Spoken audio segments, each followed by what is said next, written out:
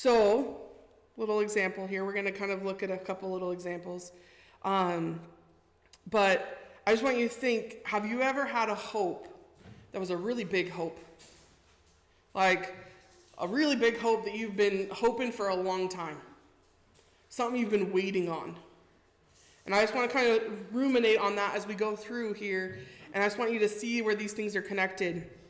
But we're going to look at the story of Abraham and Sarah really quick. And long story, Abraham and Sarah were married for many, many, many years. And Sarah was barren. They weren't able to have children. And God asked a lot of them in many ways. He asked them to leave their homeland. He asked them to move. He asked them to do all these different things. And because they were so faithful to it, the Lord made a promise to Abraham and Sarah that they were going to be, essentially, that their descendants would be so many that they would outnumber the stars. The Lord told them to look up in the sky and count it. That's how many kids you're going to have. Now, when he told them this, Abraham was 75 years old. And he's going, hold the phone. I'm 75, and I don't have kids. My wife cannot have kids. And yet, God is promising me that I will have descendants. How does that work? Now, I can imagine when they were younger that they would have this hope that they would have children. Because when they lived, it wasn't a good thing to not have kids. You didn't have anybody to take your inheritance. And Abraham and Sarah were very wealthy. And they had nobody to carry on their name. Nobody had to carry on the family. It was a very kind of desperate and weird situation for them. And so I can only imagine the hope that they had in their hearts and that longing that they had in their hearts for children. And for God to come to them at the ripe old age of 75 and say, you're going to have kids.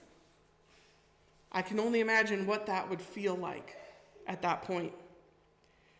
And the whole point of it is when the Lord actually did come to them and reveal to them the timing of this birth, both of them laughed at God. They both laughed at God. He said, this is what's going to happen. You're going to have a son, and it's going to be Isaac. And they laughed. And the Lord goes, why are you laughing? Like, why are you laughing at this? And they're like, Sarah's like, you know how old I am, right? Because at this point, she's 99. So she's 99 years old, and he's going, you're going to have a baby. No, I'm not. And that's where we begin this. And so we're looking at moral certainty. Now, if we look at marriage and relationships in general, they're not scientifically based. And they're definitely not scientifically certain. I can't give you a specific calculation that makes a marriage work. I can't give you a logical explanation for it. I can't sit there and go say, this person is perfect for this person, and here's all the scientific-based knowledge for that. Here's all my calculations for it. They'll be perfect.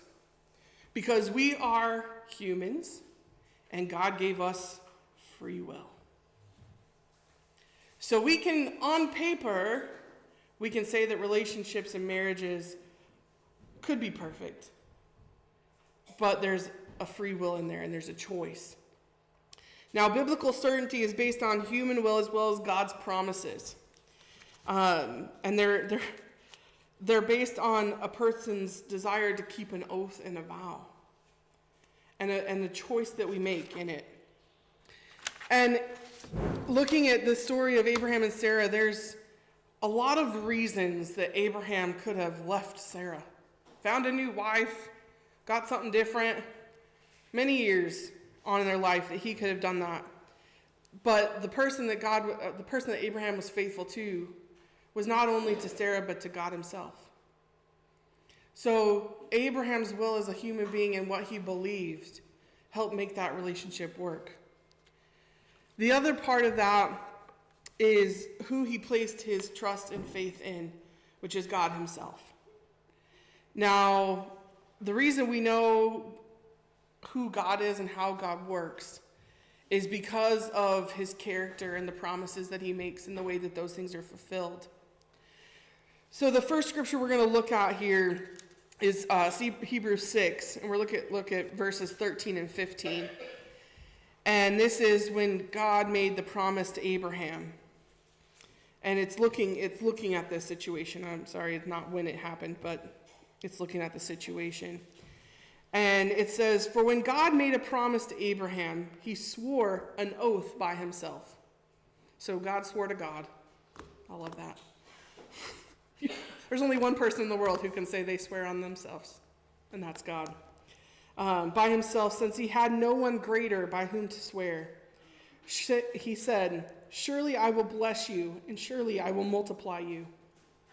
And so, having patiently waited, he realized the promise, the miraculous birth of Isaac, as a pledge of what God said was to come. Now, I'm reading out of the Amplified for this because I really like how it expands on hope and the feelings of this. So there is a certainty in God's promise.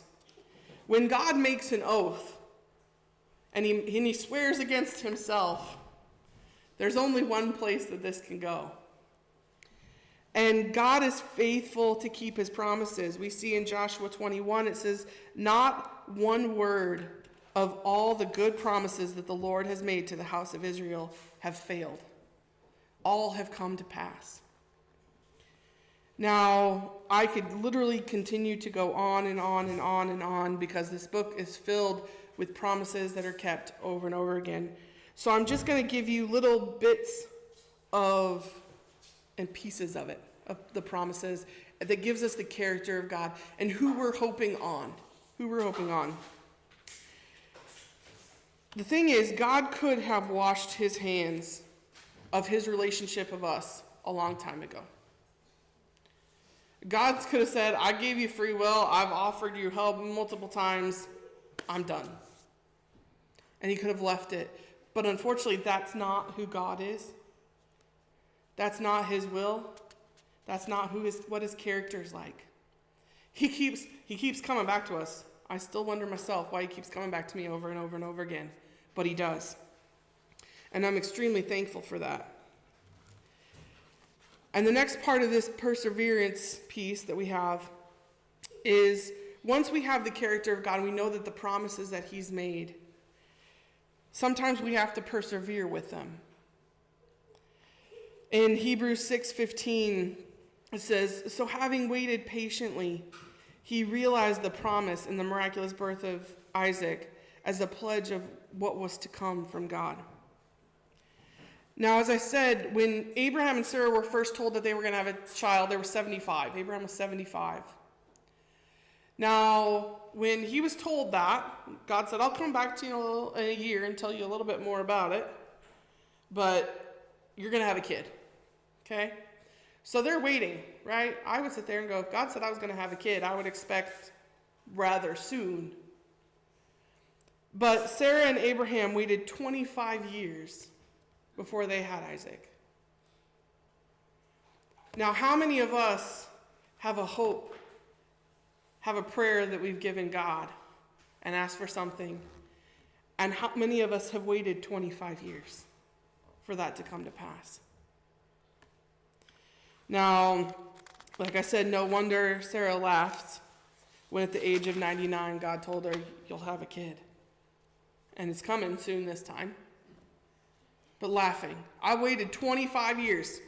I was 75. Now you're putting a 99-year-old woman through childbirth. Come on.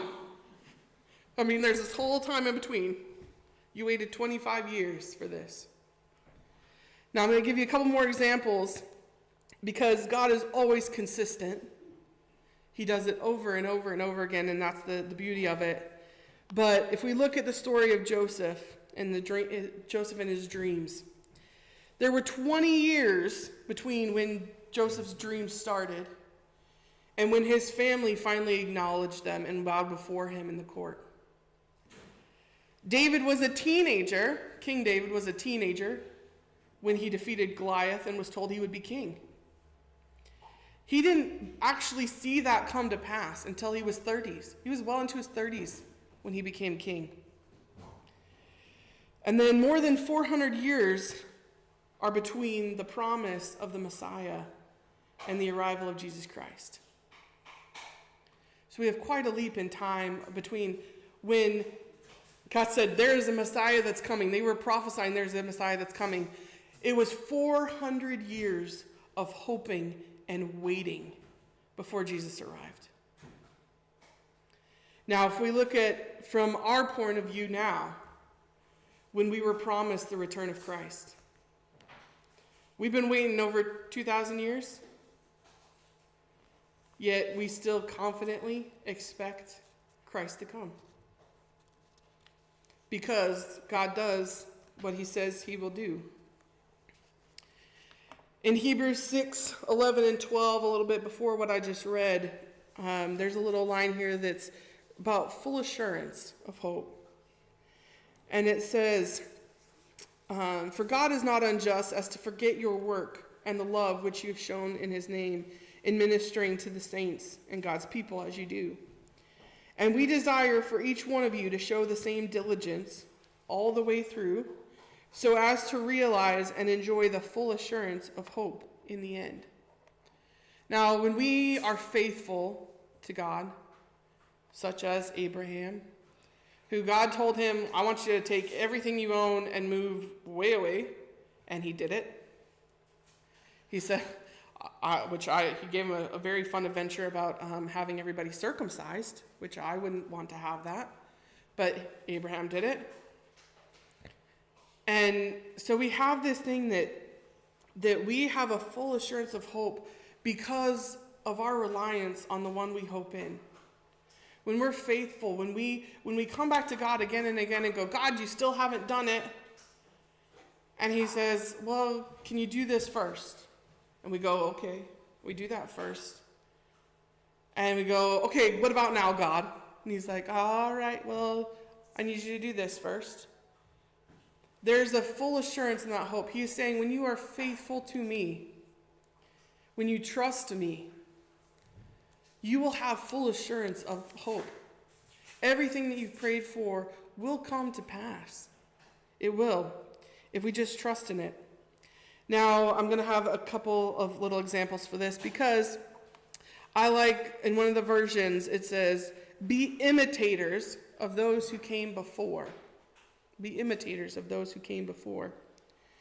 And the fun part of that is a testimony piece. And I'm going to get into that in a little bit. But the only thing we have to go on of the faithfulness of God is what has come before.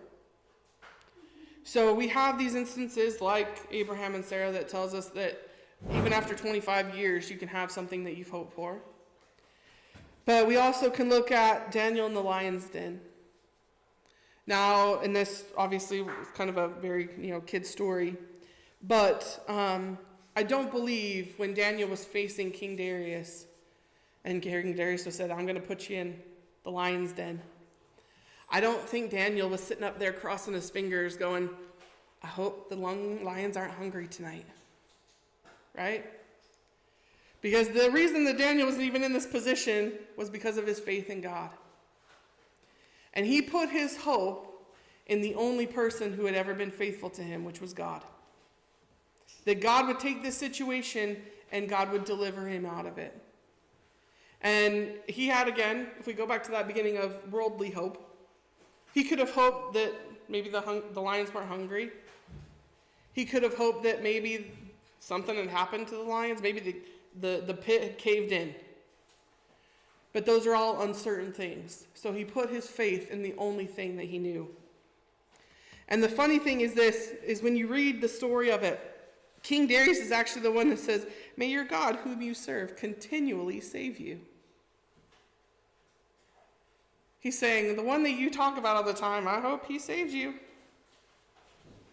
And this isn't even somebody in the situation. This is the king going, I hope that works. And again, another example, if we look at Shadrach, Meshach, and Abednego in the fire. They didn't make a wish hoping the fire had blown out.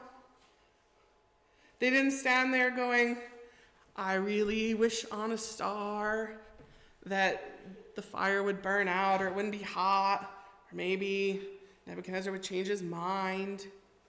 No.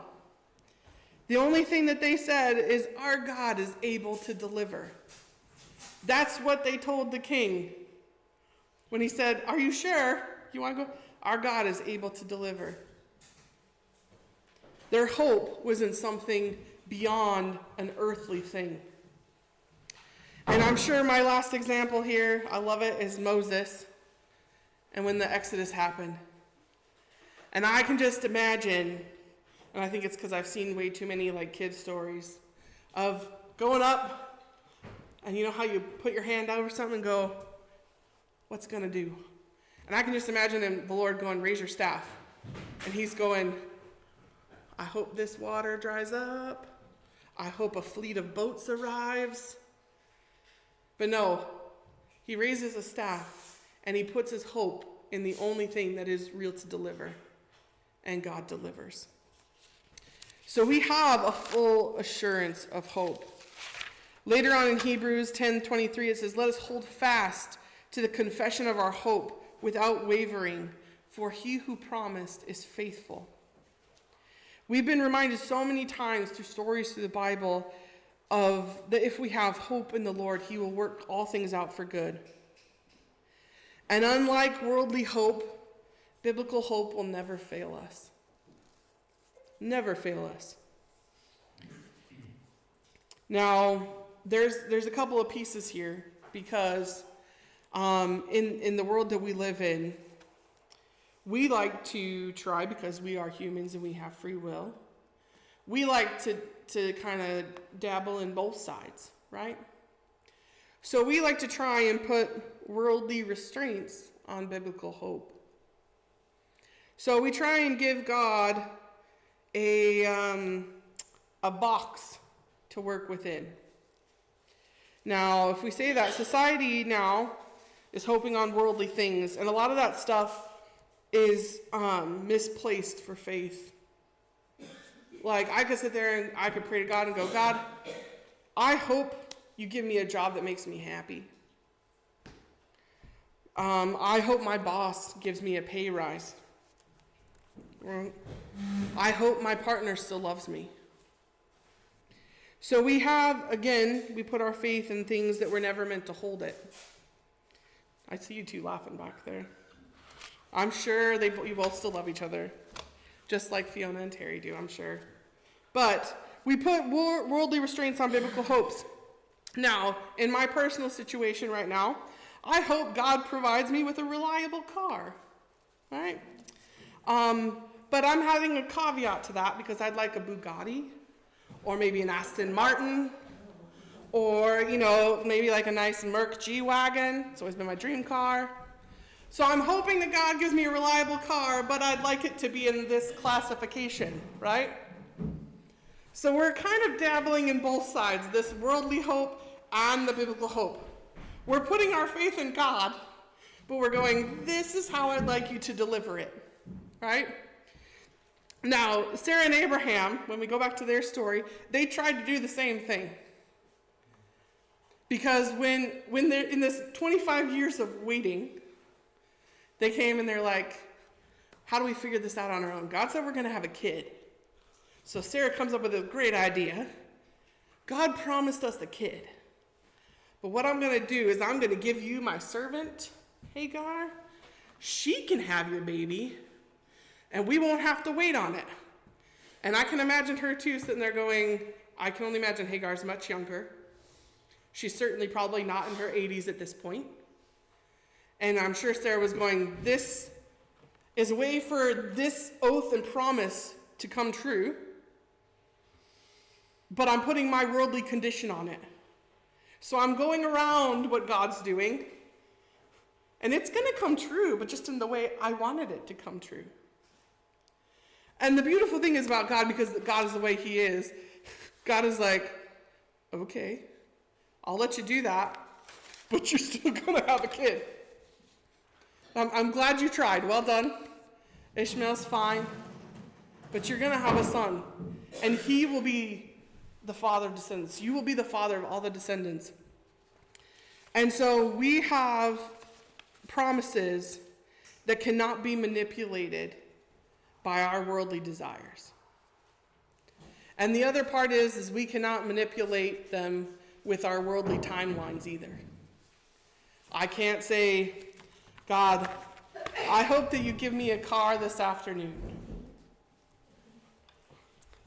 I put the faith in you, God. I'm going to walk out the door and see if it's out there. Because God does not work on our timelines. He does it when he does it. Now, if I walk out there that door and there's a new car for me, y'all hear about it, I'm sure. But God does not work within our worldly timelines. And sometimes those things that come through are things that we have to patiently wait for. And we cannot give up on our biblical hope.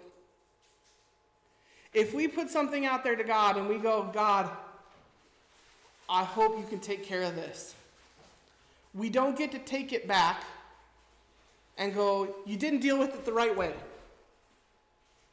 I wanted it now. You also can't take it back and say, you didn't do it how I wanted it done.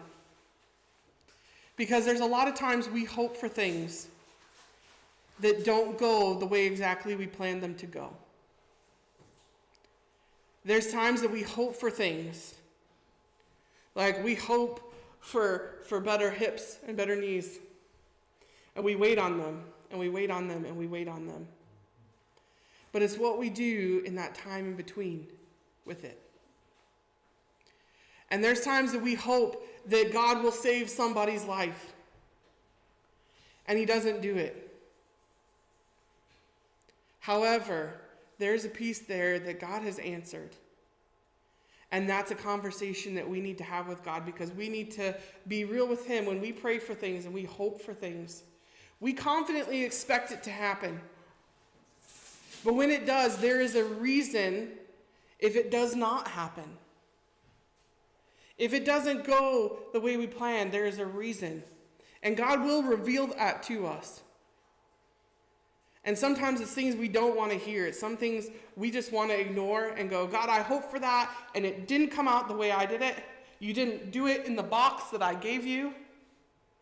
What's wrong? And he goes, let me show you the bigger picture of all of this. Because what you may have hoped for is something that doesn't suit what needs to happen. I could hope for a Bugatti, but I'd like to see me try and put a bench from the shed in the back of a Bugatti. Not going to fit. What my life suits and how I serve the Lord doesn't fit with that box that I gave him. He will provide me. I have full faith he will provide a vehicle for me.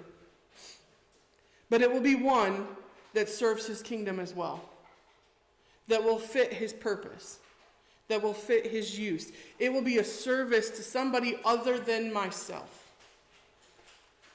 There will be something outside of that. And that's when we're going to get into our living hope. Now, I know I had to play the song earlier, but it's true. It's true.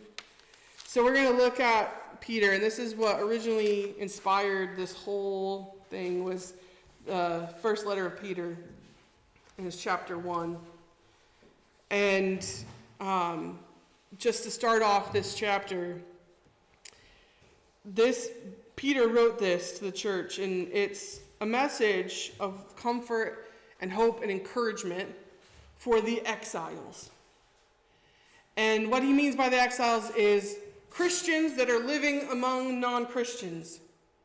Believers that are living in a world surrounded by unbelievers. Those that are set apart from other people. Those that are away from their families. Things like that. And he asks them to hold fast in the faith in the midst of coming persecution. Now, if I don't reflect that on the world that is now, that we are living in now, I can't get it any closer. We are foreigners. Believers are foreigners in this world. And as we know, it's coming more and more that we are being persecuted and held under. And this is where this is coming to, because we are getting a living hope. So as those that he's speaking to exile and those dispersed within a foreign place, 1 Peter 3 and 9 is going to give us a first little hope. And it says, and I'm going to read this again from the Amplified Version, so there's some extra bits in there that I think just add a little bit. But it said, "Blessed, gratefully praised and adored be the God and Father of our Lord Jesus Christ, who according to his abundant and boundless mercy has caused us to be born again. That is, to be reborn from above, spiritually transformed, renewed, and set apart for his purpose, to an ever-living hope and confident assurance through the resurrection of Jesus Christ from the dead." We are born and set apart to an ever-living hope and confident assurance through Jesus Christ.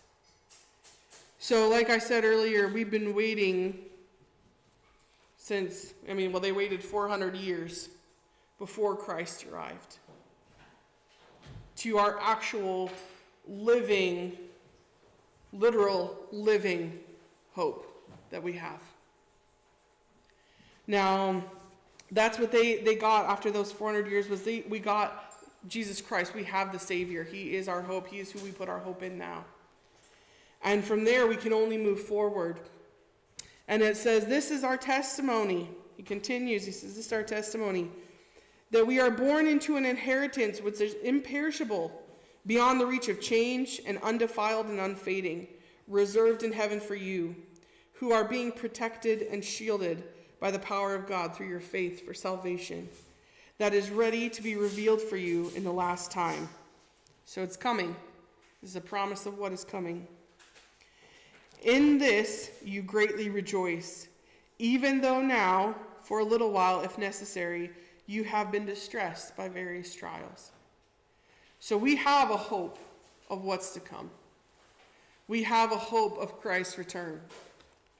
And even though right now it feels like everything is kind of chaotic in the world, we may be distressed by various trials. But it's coming. It's coming.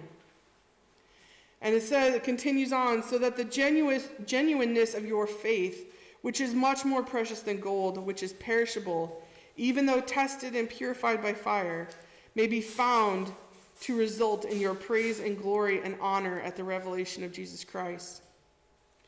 Though you have not seen him, you love him.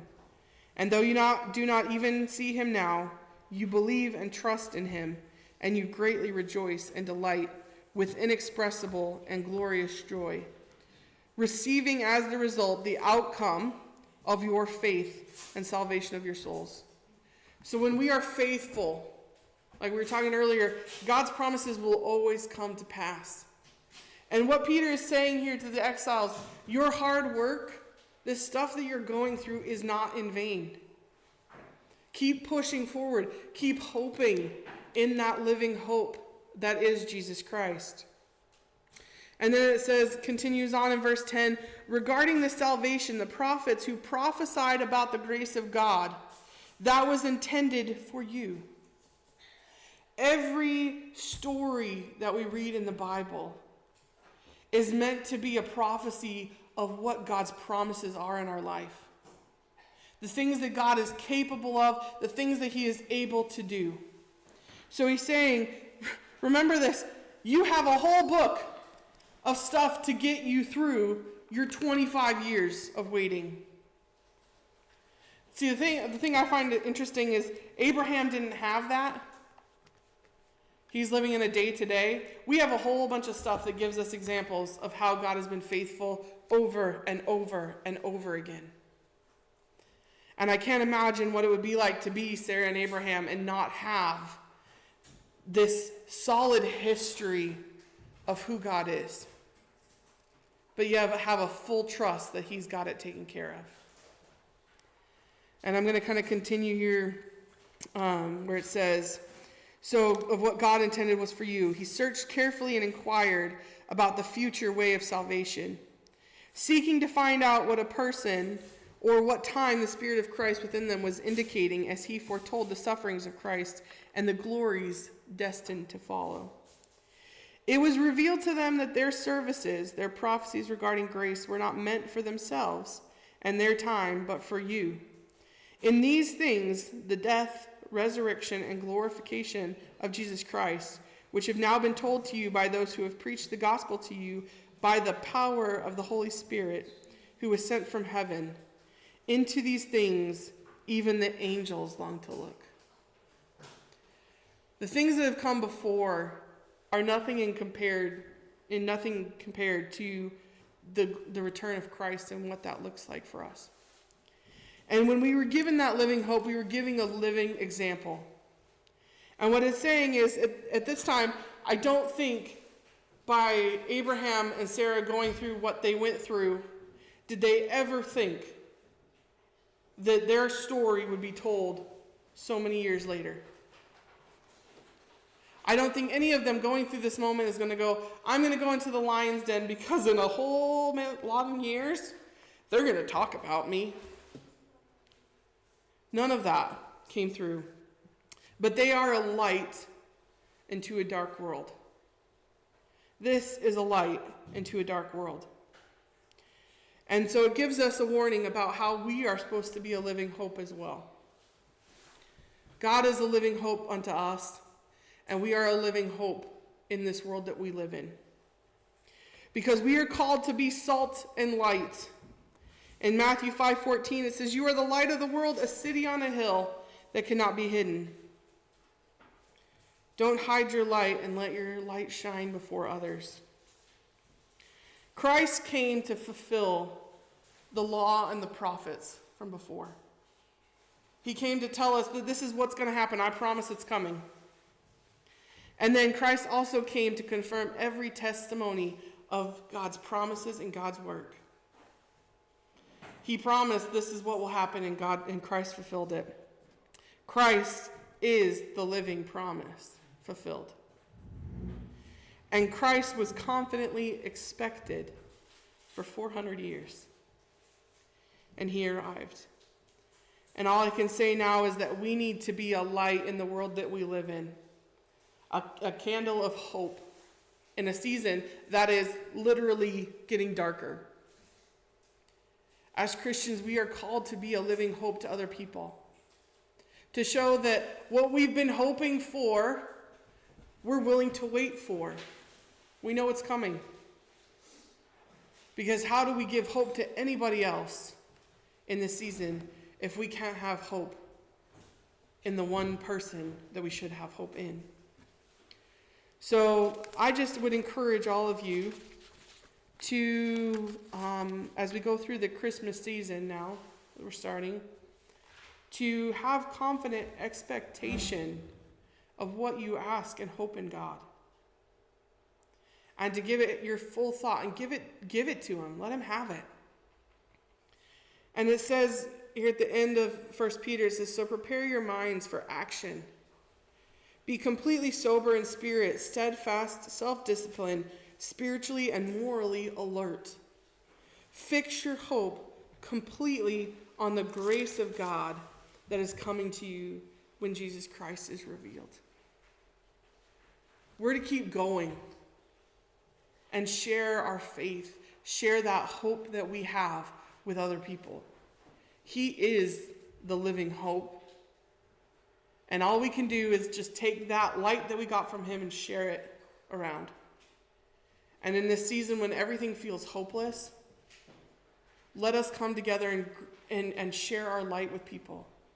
Share the love of Christ with other people in a time where it's very hard and in a season that is very dark. So that's all I wanted to share with you guys today. Thank you so very much for being here. I'll let Willie come up and finish us out.